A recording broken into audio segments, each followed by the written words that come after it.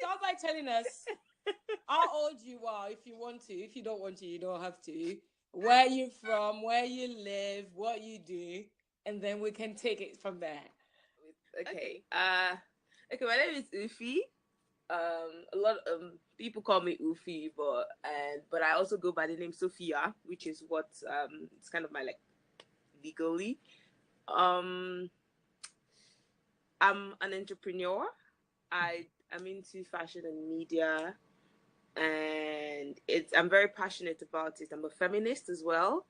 I which is very core to me, and um it took me a very long time to actually like, okay, I run a company called Violet Simon, and it's all about women empowerment, and it wasn't always like that. It was more about wanting to, just make money, using my passion to make money, because I did love fashion. I did love talking to people. I always wanted to get to the core of stuff. I think deep.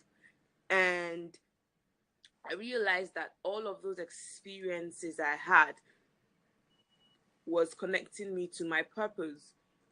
Growing up, I grew up in a very in a Christian I don't even know what you used to call it. Yeah, I grew up in a Christian home that was very it was a different, even people who are Christians find the way I was brought up very weird.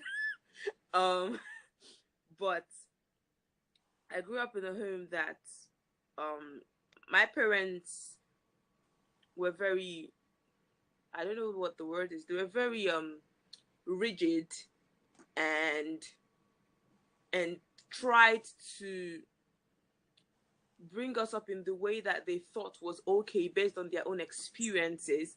But a lot of it was just instilling a lot of fear, and instilling a lot of fear, basically, a lot of rules, a lot of do's and don'ts, which over the years ended up creating anxiety for me as a person.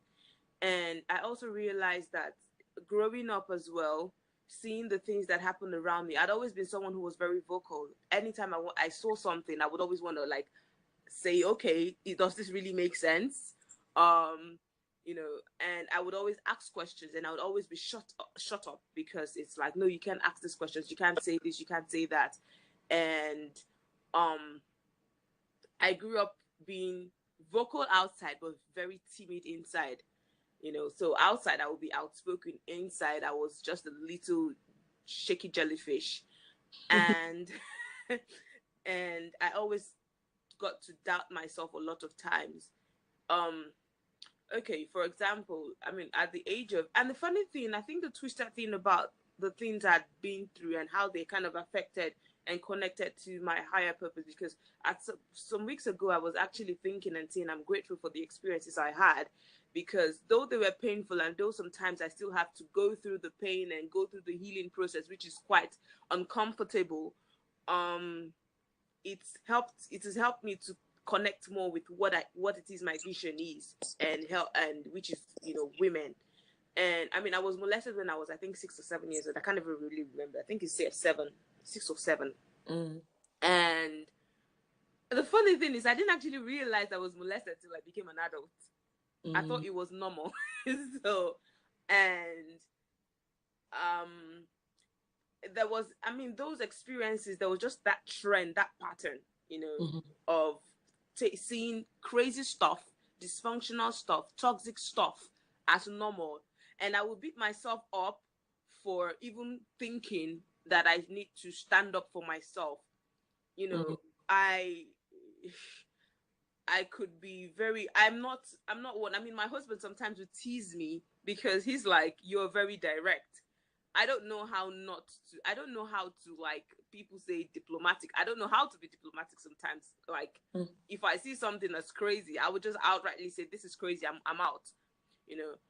And, but I wasn't, I used to be like that. And then I wasn't like that because I always felt like every time I had to say something or express myself, I had to be shut out. I had to think too much about the effect of the negativity from other people. So I was always accepting people's negativity, accepting people's toxicity, and accepting people's horrible opinions about me, and until that became my identity. So even when I got molested, I think I began to see it as it was my fault, or I wasn't being a good Christian girl, you know.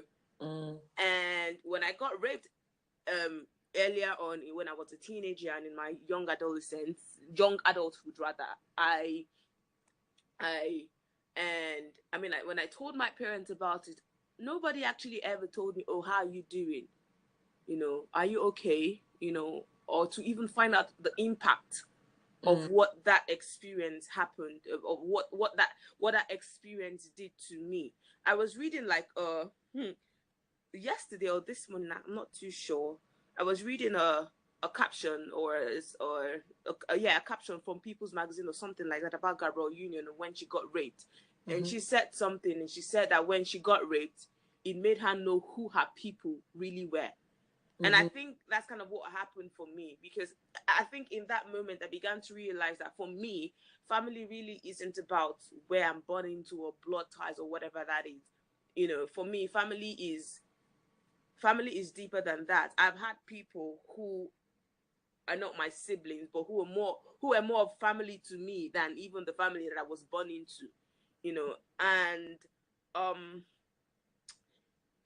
I think for a while, you know, I mean, there are things like, oh, sometimes you feel the silent conversations of, okay, maybe if I was being Christian enough, then I wouldn't have gotten raped. If I was not wearing trousers, or if I wasn't painting my nails, because according to them it was demonic and it was witchcraft stuff, you know, and all of that stuff. If I wasn't doing all of that, then I wouldn't have been able to attract men to rape me, you know. So in other words, it's I had to always, you know, confirm. I had to always you know, dress to not be seductive, try to, you know, make myself unappealing, you know, or try to not be too loud, try not to be too opinionated about stuff. And there was just all these burdens of how I had to live up to the expectations of my parents and their vision for me and the vision of other people that had come to know us as, okay, these are these people's parents, children. And breaking out of that circle and breaking out of that negative loop was like, I think it was the fiercest battle I've ever fought. I mean, I'm still trying to, sometimes I still recover from all the pain and all the trauma that all of that put me through. Sometimes I wake up agitated for no reason. Sometimes I wake up having panic attacks or reliving some of the horrible experiences I had in my past, in my dreams. And, you know, I'm just seeing all the experiences that sometimes I remember when I began to actually really deal with the fact that I had gotten raped, not once and not twice. And I had been sexually assaulted from the age of 7. And I began to actually realize that these experiences that I had, that I thought, okay, it was okay, they were actually rape. I was raped, and I had to come to terms to start really embracing that in order to heal. Right. And it wasn't easy because I started lashing out a lot. I was always afraid and paranoid.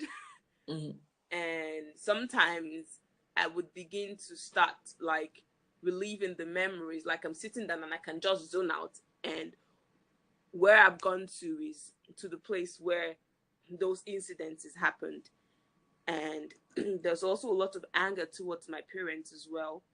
And I remember when I had to separate myself from my family. I had to create boundaries, which my family never had.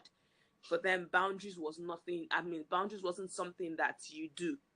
It wasn't. It just wasn't it. You cannot create boundaries. So they would assert themselves in your life. They would, you know, they saw negativity and toxicity as part of one of those things that happens with family. And it just wasn't okay for me. I couldn't accept that anymore. It wasn't good for my mental health. It wasn't good for my physical health. It wasn't good for my spiritual health. It wasn't good for anything.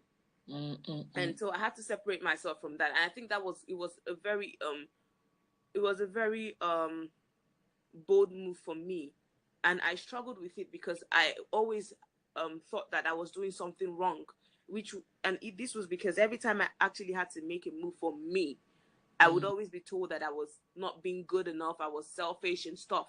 So every time when I want to make a move for me and say, okay, I'm not gonna accept this, then it seems like, okay, you're overthinking it, you're overdoing it, you're being too difficult, you're being too brash. And so those little comments and always made me want to second guess myself, and I would always ask, okay, am I being too difficult now, or am I being too hard, or okay, maybe I shouldn't do this. And then it will actually make me become very complacent and agree to things that ordinarily I resent. And at the point where I had to start separating and creating those boundaries for my family, I was fought for it, and there was a lot of pain from my own end because I realized how angry I had been over the years towards my parents. And I didn't even realize how angry I was towards my parents until a friend, our mutual friend, I was talking to her, and then she was telling me that she could sense a lot of anger and bitterness. And I remember I was talking to my husband, and then he asked me, how do you really feel about your parents? And be honest. And I actually said I hated them. And then he said, okay, that's fine. Then we have to deal with this because hate is not good for anybody. What you're doing is you're just carrying them on your shoulders, and these people are going about living their lives. And so I'd gone from hate to anger to bitter to resentment, not just towards my parents, but towards myself and towards every other thing and every other person that I felt hurts me, and I was always so hard on myself too, because I felt like I didn't stand up for myself enough, and I let everyone take a ride on me, and I would always want to fight very hard to ensure that people do not take me for granted anymore. And that would come up in being very insecure and yelling when there's nothing to yell about. And it kind of also has made me very compassionate when I see somebody who is just being mean. Nobody was born mean. Everybody has a story, and there's a lot of stuff that people deal with that a lot of people don't even know how to talk about. So I had to have like a very honest conversation with my parents, which I've always tried to have over the years. And so I did that some couple years ago, and I did tell them that a lot of the actions that they did really, really was mentally and emotionally abusive, and but they didn't understand that, and that was okay. But I think at some point my mom said she could see the pain, that it's like they don't really know what they had done, but she can see that I was in a lot of pain due to what they did, and that whatever, for what is what, they're sorry and stuff like that. And but I had to separate those, and I had to tell them that I would relate to them how I want to, on my own terms. You will not call me anymore and you trick me into doing things for you when it's not convenient for me. And yeah, and even in terms of my career and my business, when I had to meet people, a lot of times I would get agitated. I started having social anxiety because I wasn't always sure of the right words to say to people. And the trend also of abuse also affected the relationships I had, because when you feel like you're not worth anything, you tend to go into relationships with very crazy people who tend to abuse you as well. So I was always abused. I mean, I had a boyfriend when I was younger who was very happy pimping me out to other people for money. And and I thought it was love. So, I mean, I would do anything for him. And eventually, he left me because I wasn't obviously bringing enough money to the table. And I think at some point, I just got tired of the whole nonsense. And I think my journey to healing started from forgiveness with myself first.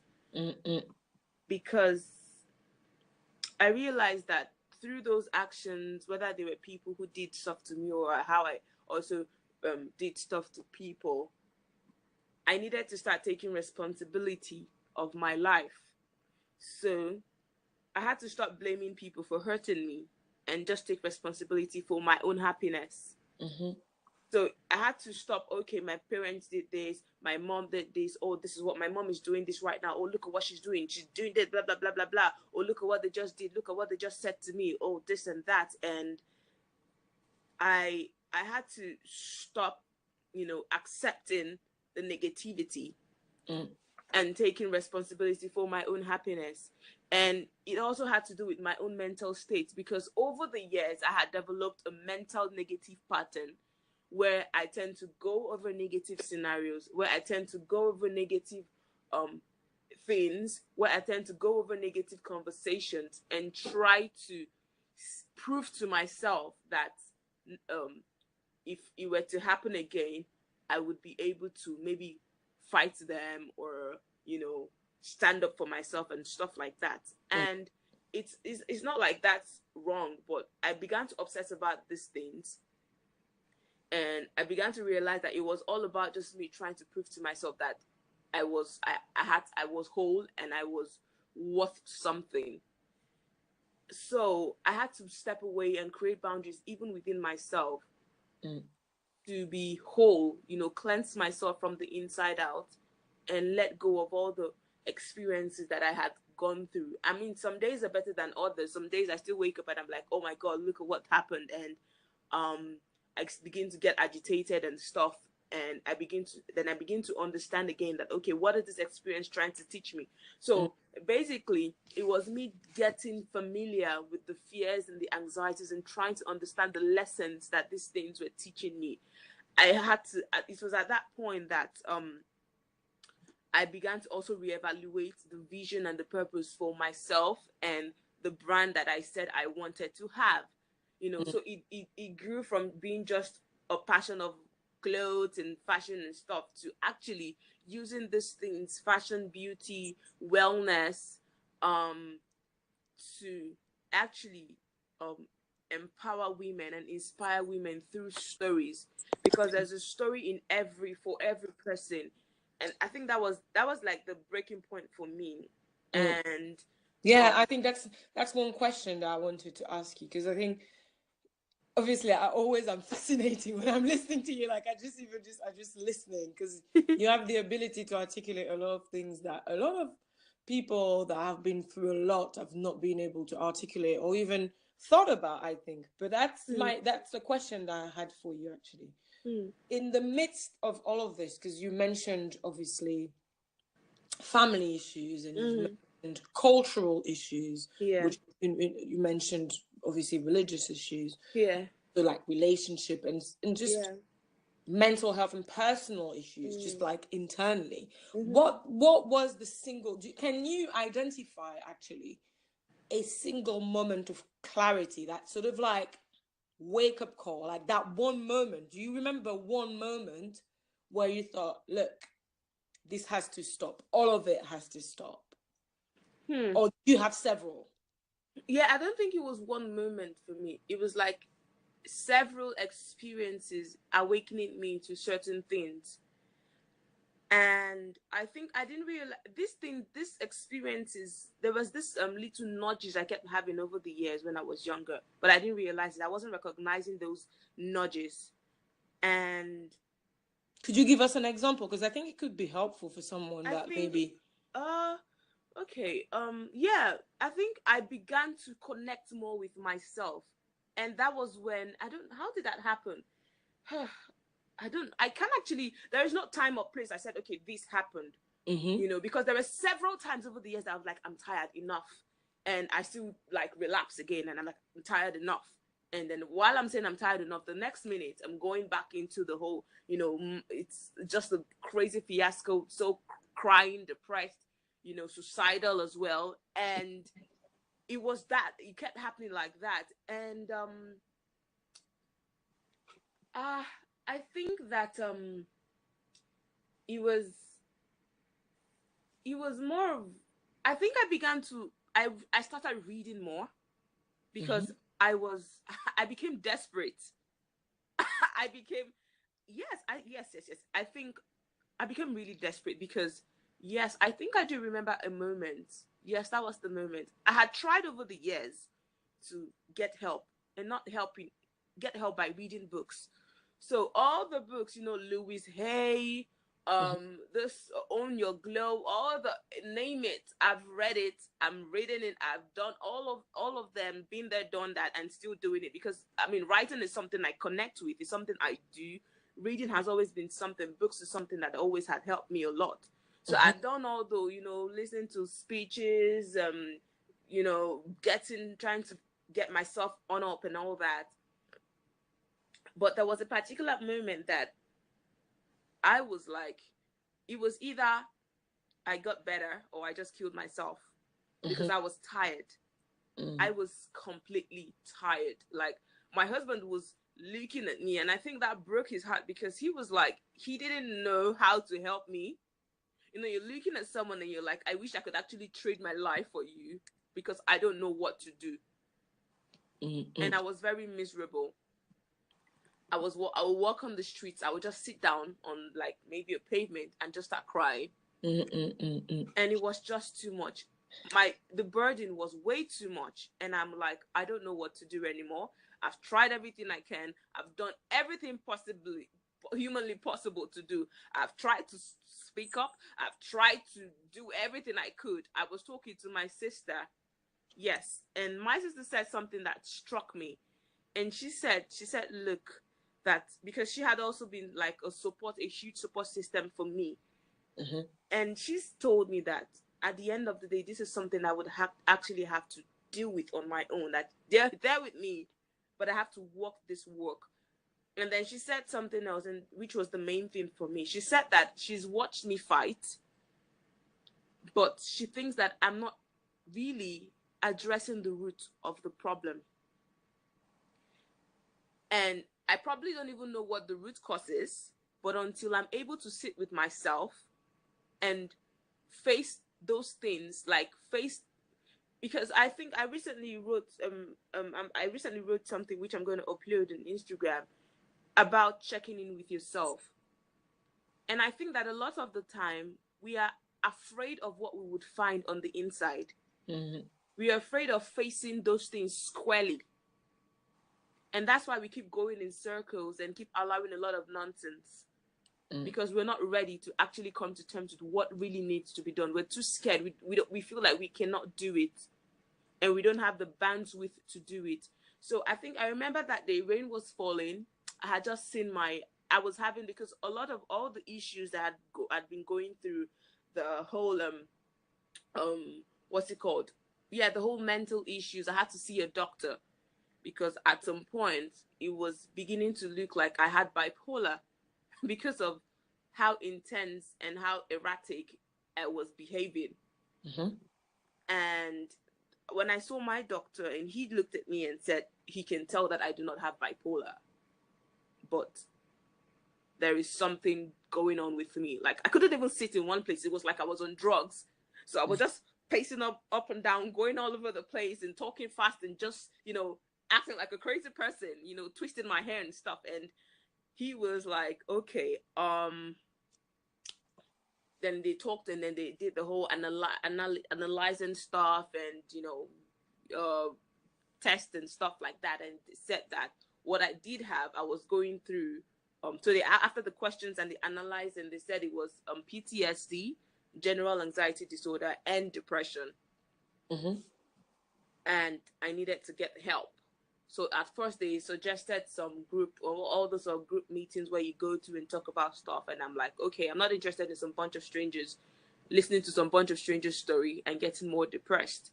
I mean, they say it could help, but I needed something deeper. I needed to talk to someone, and I got into therapy actually. And I think that was actually what started helping me, honestly, because for me personally, I think everybody has their different stories, and I had done everything possibly I could do. But one thing that I had not really ever had in my entire life was having like a safe place where I could actually be honest and vulnerable about how it is I felt, from like really, really talk and feel seen and feel heard, that you can understand what I'm saying and not feeling judged or feeling like I'm crazy. And where do you stand, obviously, because you come from a family that had a very strong religious standpoint, I'd say, like the way the way you were brought up. How do you feel, obviously, having broken from that and gone down the therapy route? Because lots of people that have grown up in a strong religious environment, and I'm not just necessarily talking about a Christian environment, could be any other type of environment. In a lot of these cultures, going to therapy is abominable. It's completely condemnable. Like, people basically condemn it. So how do you then, because obviously you've I think to a certain extent, growing up in an environment, you do internalize some of the concepts. So how do you handle the sort of like battle between I need to do this to save myself versus I need to go and pray or whatever? I don't know, like, how do you battle that, given that you have grown up in that strong environment, yet obviously there's been a diagnosis and that requires treatment, and the treatment is to speak to someone like a professional? I think that for me, I did struggle with that for years. For years, different people I met told me I needed to see someone. But because of my mindset and the upbringing I had, therapy was like, I don't know, was like a taboo. It wasn't something you talk about. You know, you don't say I'm going to therapy, you know, and then a lot of people will talk about how you have to talk to God and pray and then everything is going to be okay. And I did all of that. I talked, I prayed, I did everything. But I also do believe that,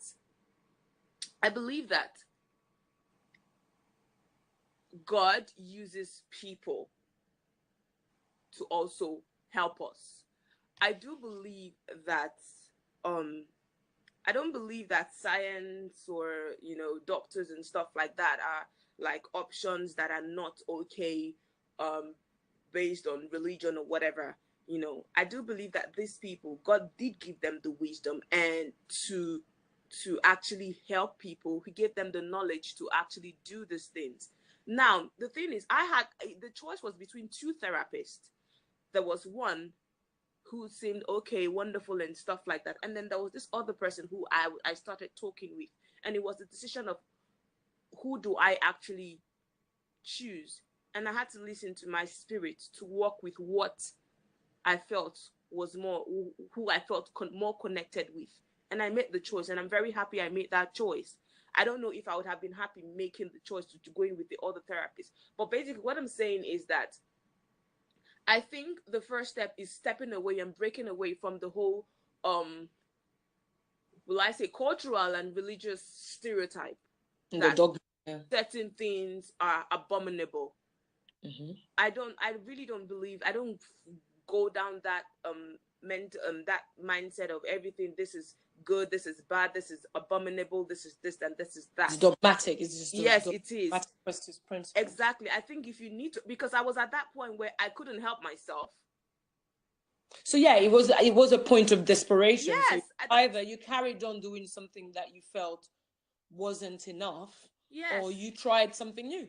Yes, exactly. And I just had to. And I mean, when I meet people, or when people send me messages on my platform or in my email and they're talking about stuff like that, the first thing I tell them is, well, this is my own opinion because it did work for me.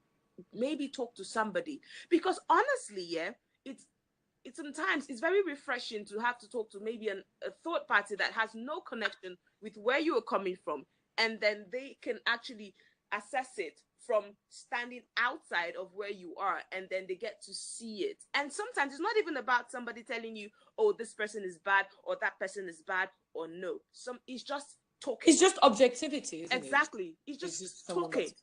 You know, for me, it was like, for the first time, I was actually able to talk. There were a lot of things that I had been having this inner monologue with myself, saying it. And there are some things that I would say to my sisters or my husband, but somehow I realized that I wasn't actually saying everything that was going on in my head, because sometimes to me, they were crazy.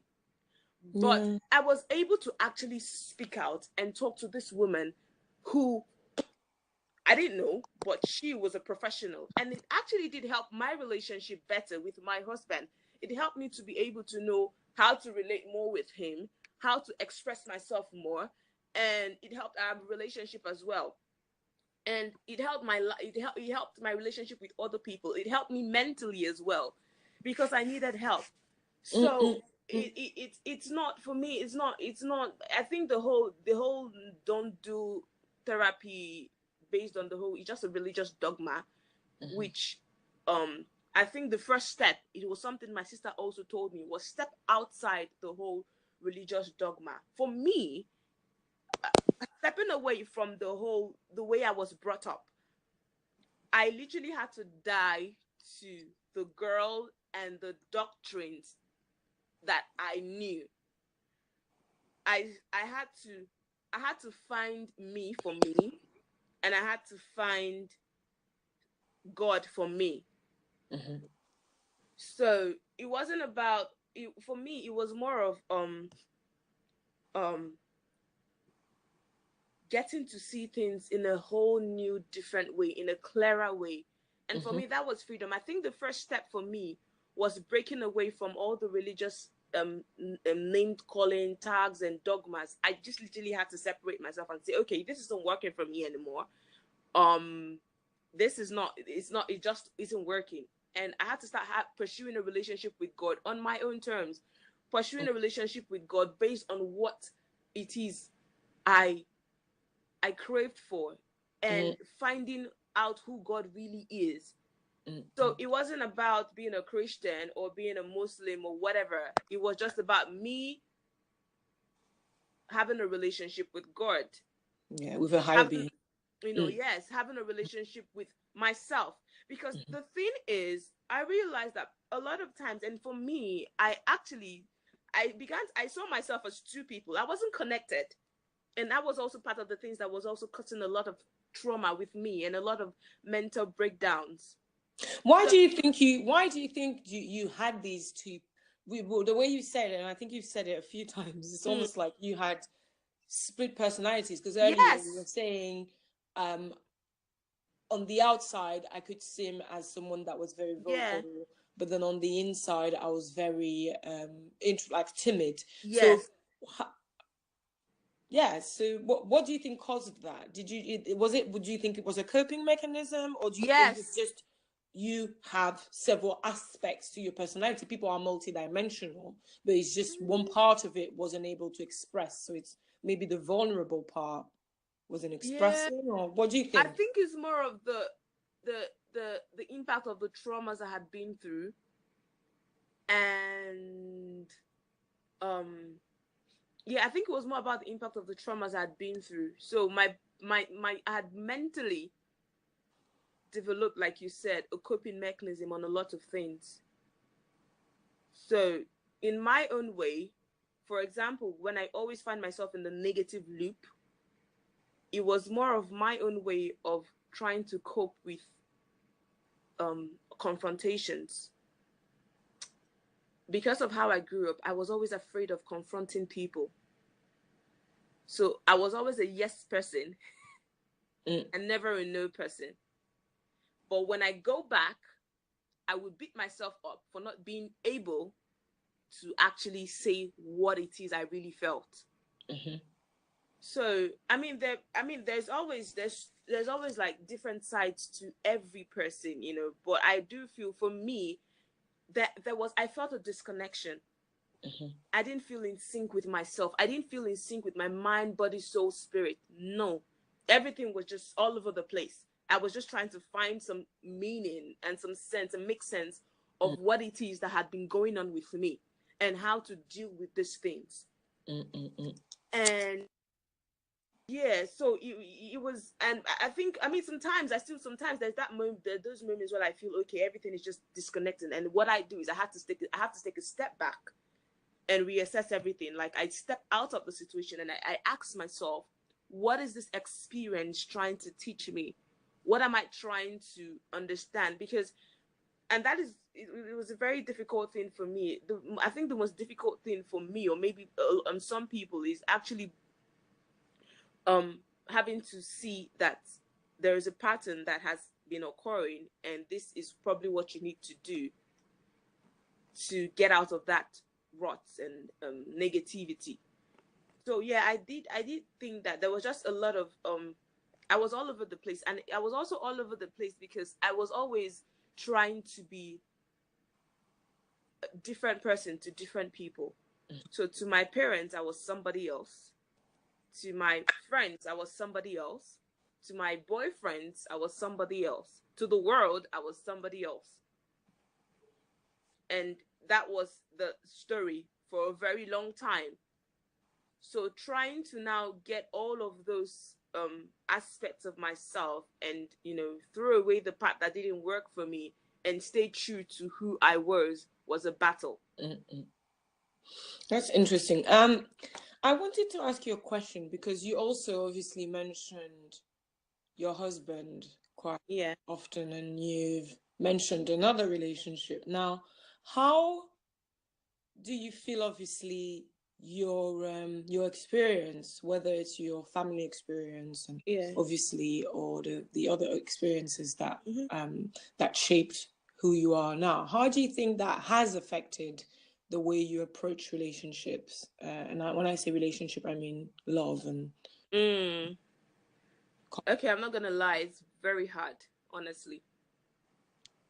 At a point, I told, because I think one of the things that has helped my relationship with my husband is being very honest and real.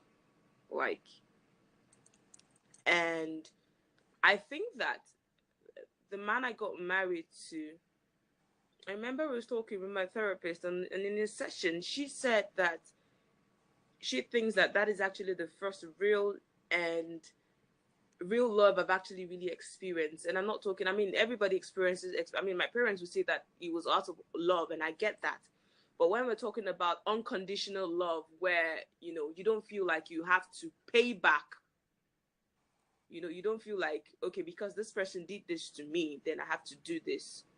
Because growing up, it was always like a trade by barter thing. Oh, I did this for you, then you have to do this for me, and stuff like that. Mm-hmm. And I know that I struggled a lot in my relationship, and my husband is very patient. There are times I would actually say, you know what, today I don't even know what, at a point in my life in a relationship, I actually had no idea what love meant, because I didn't even understand. I was like, here is what different people have said love is, and I know that somehow I do love you, but I don't even know how to express that love. I don't know what ways this love can be expressed. And at some point, I started becoming like a very negative and toxic person for him as well. But somehow I saw how he was always, taking it all in. And at some point, he would tell me that this is getting very negative for me. You're being very negative. You're being very toxic, and then I'll have to sit back. And sometimes I would actually go into victim mode, because I'll think he doesn't understand me and nobody understands me. So yes, I struggled, and it actually up until recently, it was recently that we actually began to really enjoy our relationship, because I began to see that this man is not out to get me. Mm-hmm. He's not out to use me. He's not out to hurt me intentionally. But it wasn't always easy, because every time I had my imaginary gun ready to shoot for anything. So even if he breathes, I'm like, oh, why are you breathing? You want to attack me? Oh my God. And then I get so defensive. Mm-hmm. Oh, why did you take that step? Oh, why did you ask me to do this? Oh no, I'm not your slave. I'm not gonna do it. And everything everything was like a battle for me. Everything was a moment to get angry. Everything was a moment to fight. So I was always looking forward to fight. I was always anticipating arguments. I was always anticipating separations and even divorces, you know. So, I mean, even when we got together and we started talking about the whole getting married and stuff, and I know I did tell him that I tend to get afraid a lot, you know, and I tend to expect the worst. So maybe, you know, I won't be surprised if we got divorced and it's all good. And he was just looking at me like, we haven't even gotten married and you're already talking about getting divorced. And but I'm like, yeah, people always leave me, so it's all good, you know, things happen, shit happens. And I think he said that in that moment he was just looking at me and he felt very sorry for me, because he saw a woman who had been hurt so many times that she didn't even understand. She couldn't even recognize love when she saw it, and she didn't even know what love meant. And that was it for me. I just didn't know. And it was also because I didn't also even know how to even show myself some love. So it was all about fighting. And it was because over the years I had developed this mechanism. So I had been in survival mode for a very long time. And saying, okay, it's okay for me to breathe. It's okay for me to relax. I don't need to fight anymore. It just didn't make sense to me. So what do you think came first? Do you think you started loving yourself and then were able to love him and understand how he loves him? Or did you need someone to show you love so that you actually understand that you deserve love? Because lots of women that have had traumatic experiences try to find their salvation in someone else's love. Like they'll look for love everywhere, and a lot of the time they find love in the wrong places, and that obviously can have, and I don't want to say wrong places because it's a judgment, but they don't necessarily find what they're looking for. Or so sometimes people trying to find their salvation in the other, but lots of people say that you have to love yourself before.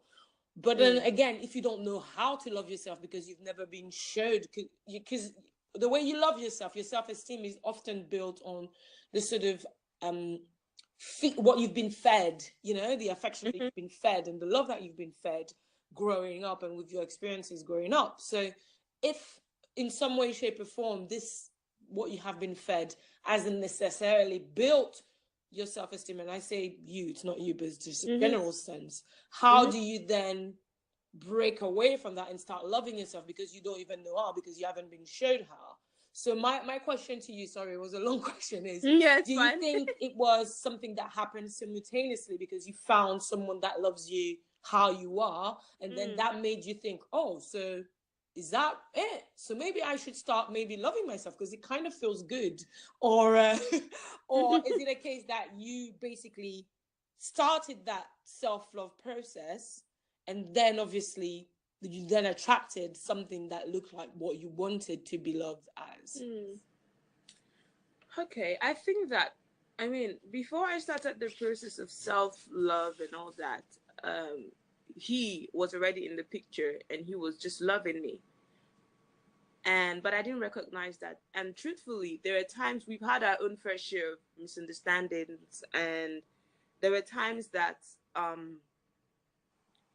felt like I wasn't being seen, and I was very afraid that there were times I've actually had to stand up for myself, and it had to come from a place of self-love. And I think that is where the journey starts. Because no matter how much a person would love you, a person can love you and shower you with all the love in the world. But if you feel like you are a piece of shit, you will not value that love. You won't. And for me, that was it. And these people are not perfect. The person who is showering you with love still has their own pitfalls. They have their own flaws. Yeah. And for me, it was more of, I was always expecting him to live up to my expectations as well. And when I saw certain things that was like, oh my God, no, this, you know, and I'm ready to like pack out and just, you know, like, no, I'm afraid, you know, because of my own, maybe I begin to get triggered from other experiences, I had to also, I think it's all about also, I had to start seeing him as somebody who was also on his own journey, and who loved me genuinely in spite of whatever, flaws he has, because nobody is perfect. So what I'm saying basically is, I remember there was a day I sat in my room and I was thinking and saying to myself, why do I feel so miserable? And I felt this voice tell me, start with love. But then the other question was, but I don't know how to. I don't know how to love. I don't know what to love. I don't know what to love about me or anybody. So I don't even know how to go on that self-love journey of loving myself for everything. And I think loving ourselves is the most difficult task ever, because there is a lot of things about ourselves that we resent and we do not like, or we do not want to admit to ourselves that are there, because we don't feel that it is good. We don't feel that it is nice. We feel like it's dirty, it's stinky, and it's not what we want. But being able to love those little rotten things about ourselves and say, look, this thing is rotten, but I love it, and grow and evolve, I think that opens a whole new door into growing and evolving. And for me, I had to start accepting myself. I had to start seeing that I was not a crazy person. I was an amazing person. I had to start taking note of the wonderful qualities in myself. And this was actually a task my husband told me to do. There was a day we were talking about this, and he said, okay, write one good thing about yourself that you like. And I'm telling you, for 1 week, I couldn't find one thing to write. I kept thinking and thinking and thinking and thinking and overthinking. And I was like, why is it that I can't even find one good thing about myself to write? Like, I couldn't even pinpoint anything good. It's a powerful exercise, isn't it? Yeah, but then I realized that there was actually a problem. I needed to actually start reassessing how I saw myself. And if I didn't reassess that, I would never be able to see the love that my husband was showing me. So it had to start with self-love, because in that point, you're a very delicate person. So it's very easy for you to say, okay, this person loves me, and rely on the love of this person when you do not even love yourself. And then what actually happens, I think, is that you're moving from one abusive and toxic relationship to another unknown to you, because this person has become your alpha and omega now. Whatever the person says, the person calls the shots, and you rely on that person for your growth. You rely on that person for your independence. You rely on that person to make decisions for you and stuff like that. You become you become like you become very dependent on that person for your very existence. And so that there has to be that thin line between, so that's why getting to know yourself and loving yourself first is very important. Because when you begin to understand, okay, this is me, this is who I love, this person who is showing you love, remember, like I said, is not perfect. So when they begin to maybe manifest things that do not work with you, showing yourself love makes you be authentic to what works for you, and you're able to say, no, babe, this doesn't work for me. I'm not happy about this, or I won't work with this. This is who I am. You need to accept that, or you don't. And I don't know, for a lot of times, it actually has made my husband to also come up, like step up and say, okay, I respect who she is and I respect her creativity. But if I was so, reliant on, okay, because he loves me and then I have to do everything he's doing, or I have to do everything that he wants me to do, then I don't have my independence again. Yeah. So for me, it was more about fighting for my independence and fighting for me. And it came from loving every aspect of myself, which I still do struggle with, but I know that I'm way better than who I was before, like way, way better. Do you have any regrets? With what exactly? Anything. Regret. Honestly, at the moment, I don't think I do. That's good. I don't think I do, because I used to regret a lot of stuff, but that was just another self-harm, And what's your biggest dream then in that case? My biggest dream? I want to help women. I'm genuinely, I've always been that person. When I watch movies and I see how, I watch like women empowerment movies, and I see how other women are like making history and helping people, and doing things that everybody else is scared to do. It moves me, and I get very teary, because these are things that I want to do.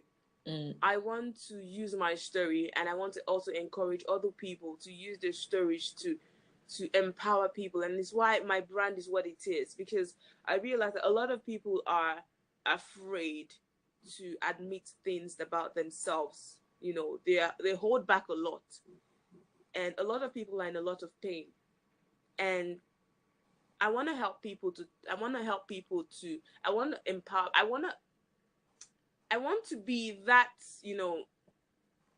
person that people can look at and say, this person is doing this. And I think I want to inspire every woman to be leaders, to excel, to reach to their highest potentials. And this goes for every woman, both the ones in prison and the ones out of prison, and the ones who are struggling and the ones who are succeeding. Why did you call your company Violet Simon? Yeah, that one. My grandmother was a tailor. And when I was a kid, she always wanted me to learn how to, make clothes with her sewing machine. So she would use this brown cardboard papers to make dresses for my dolls. And at the time when I started my company, so about almost 10 years ago, I was looking for meaning, and I wasn't connecting with my parents then, because they didn't support my vision. They don't support it. They try to now, and for me, she was the one person who kind of helped me to get through that phase and find my voice in fashion somehow. She was one who actually made me realize that media and fashion were things that I liked.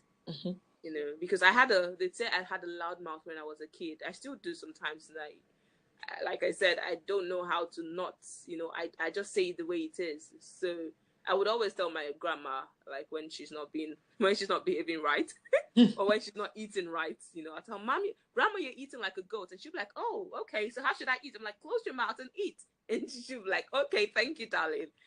And she always encouraged me to just be myself. I didn't have to not talk, it was actually a beautiful thing that I was very outspoken.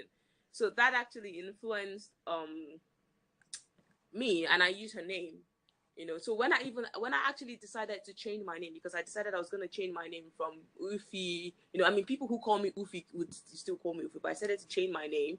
It's something I'd always wanted to do, but my parents always tried to stop that. So I decided that my middle name was going to be Violet as well. And my first name being Sophia, which has always been my name. And then Simon is actually my dad's name. And I think at some point I wanted to change it from Simon to something else, because I was hurt, but truthfully, my dad kind of influenced me in media. They may not have encouraged me, but every time I would take a newspaper to read, or I would sit people down and want to interview them, as small as I was, I was always going to be laughed at, and my dad would always tell me, oh, you're going to be an Oprah someday. And I'm like, yeah. So I think that kind of made me say, okay, I was going to use his name as the second name, Simon. And yeah, I was always going to change it to something else, but at the time I wanted to remove the Simon name, the name had already gotten stuck with everybody, Violet Simon. So I just kept it like that and said, okay, that's it. I'll just leave it that way. But yeah, that's the reason I've used those two names for the brand. That's interesting. So what do you think well, actually, that's not the right way of saying it. What thing do you wish you knew, say, a year ago? How wonderful I am. That I'm not all bad. That I deserve love. And that nobody has the power to control me or make me do what I do not want to do. I have choices, and staying true to what it is that I believe in, staying true to what it is that I want to do or what I don't want to do, irrespective of whatever anybody thinks. I think I learned that in a very hard way as well. I would always budge when somebody says, "Oh no, that sounds crazy," or "that is very rude," or "that is very this," and "that is very that." And a lot of times that ends up being what I should have done.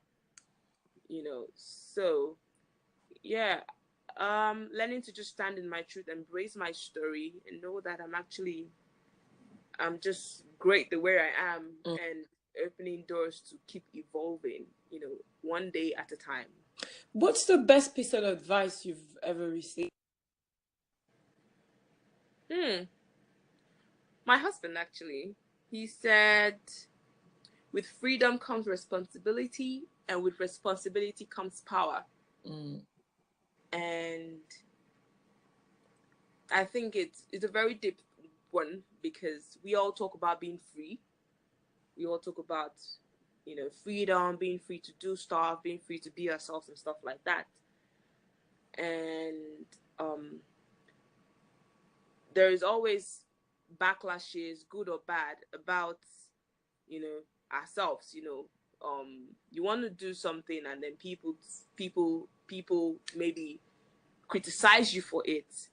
So for me, it's more about, in my freedom to be myself, in my freedom to live life, in my freedom to do stuff and make decisions, I also take responsibility of the choices and consequences that comes with. I also take responsibility of my life and of my happiness. And with taking responsibility of those things, that makes me powerful, actually, in my own merits. So I don't know, it's just whenever I feel down, I remember those three things, and it helps me a lot. Nice one. What's the best piece of advice you think you can give to someone, based obviously on your story, your experiences, and your goals and your career? Stay true to yourself. Like, be fearlessly and passionately authentic. And authenticity is a lonely but very rewarding journey. You can't give what you don't have, and you can't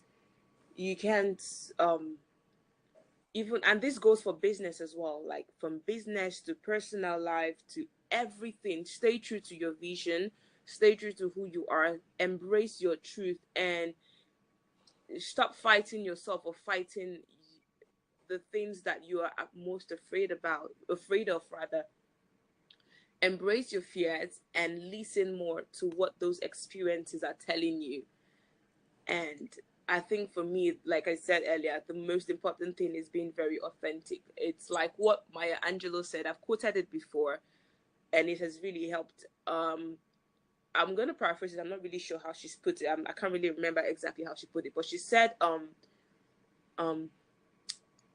I belong nowhere but everywhere. The reward is it is painful, something about it. The journey is lonely and painful, but the reward is bountiful. And that is something I live by, and that is something I always advise people to, you don't belong to people, and you do not belong to things. You belong to you belong to yourself, and you owe it to yourself to stay true to your truth. And every other person, from husband to boyfriend to family or the world, would eventually get on board or get out of the boat. So even in business, like the things I'm doing, I'm working on my magazine. And the way I'm going about it, it's not something that a lot of people do. So it's like, oh, are you sure this is going to be successful? Because everybody's crazy about,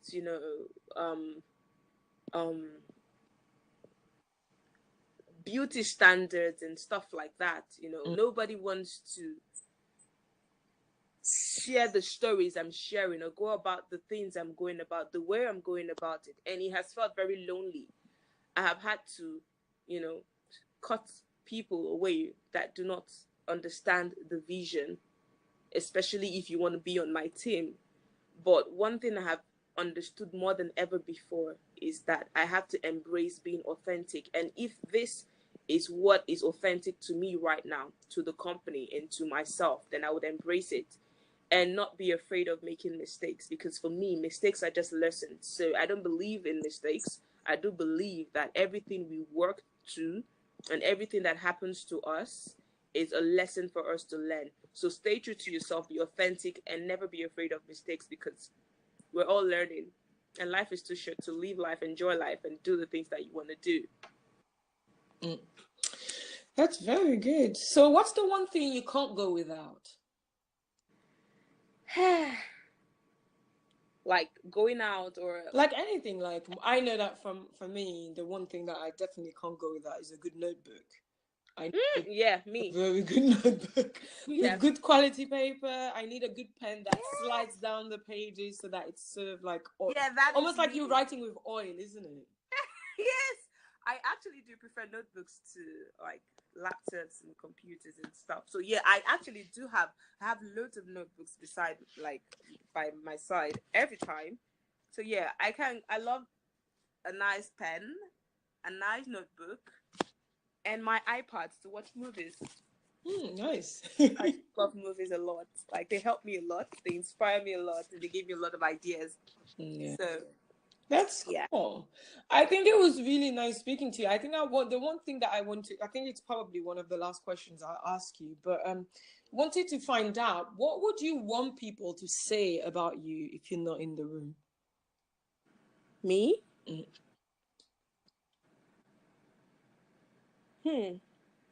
Well, that's a tough one, considering that I'm not really phased about what people will say. Yeah, but that's it. I ask people the question, but if people ask me the question, I know that I would just say, well, I don't give a fuck. Yeah, like, I don't say know. Whatever you want. If I tell you I want them to say this, then I'm going to be lying, because I don't really care. I don't really give a shit. Like, say whatever you want to say. If it's good, wonderful. If it's bad, okay. Like, it's not going to stop me from existing. So, I don't know. I really don't know. That's cool. Do you have a question for me? I ask everyone the question. If you don't, it's okay. Yeah, what inspired We Are Phenomenal? Because you're doing a very phenomenal job. What inspired? It's people like you, I guess. I think the idea initially was to just highlight things that I have on a daily basis. I've got people around me that are doing great things in different arenas. I mean, the people that I've interviewed so far are so different, but they're doing great things. And I think, I don't know whether it's my ecosystem. It just feels like whatever I see, whatever I read, wherever I go on social media, or when you go in newspapers and things like that, the things that are valued aren't necessarily the things that are the most positive from my perspective. You'll hear the breakout story of that one person that had like very difficult life, or like barriers, and that managed to break through them. But I feel like on a daily basis, there are great people that are not,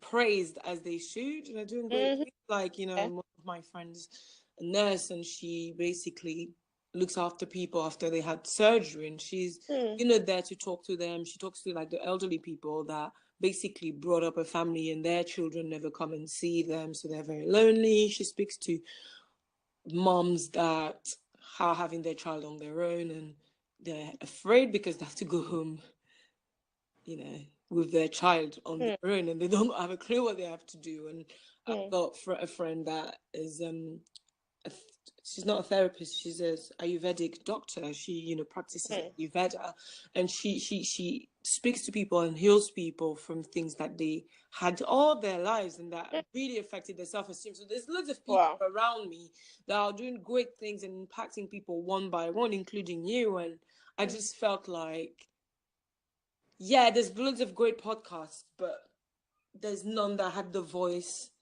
that I wanted to hear, the voices that I wanted to hear. So that's why I decided that I just do it. I'll just You're doing a phenomenal job. Thank you so much. Thank you. What is Like, your definition of phenomena? If you had to define the word phenomena, what would you describe it as? powerful, beautiful, excellent, a go-getter, and I don't know. I have the words muddled up in my head, but I don't think. But yeah, they're great. Powerful, beautiful, go-getter. That's all it is. It's all it is.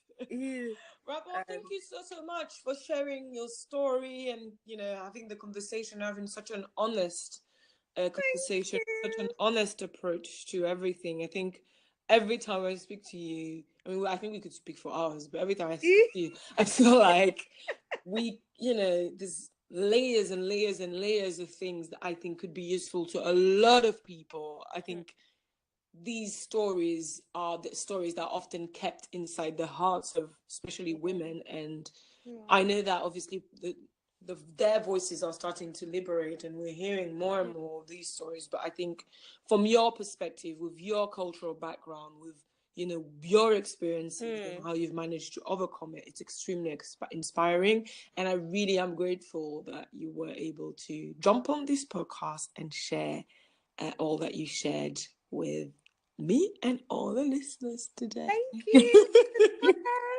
No problem. And then I'll just say to you that are listening to not forget to subscribe again. And if you've got any questions, don't forget that we are on social media, so you can tweet at us. You can email us at wearephenomena@gmail.com, or you can follow us on Instagram.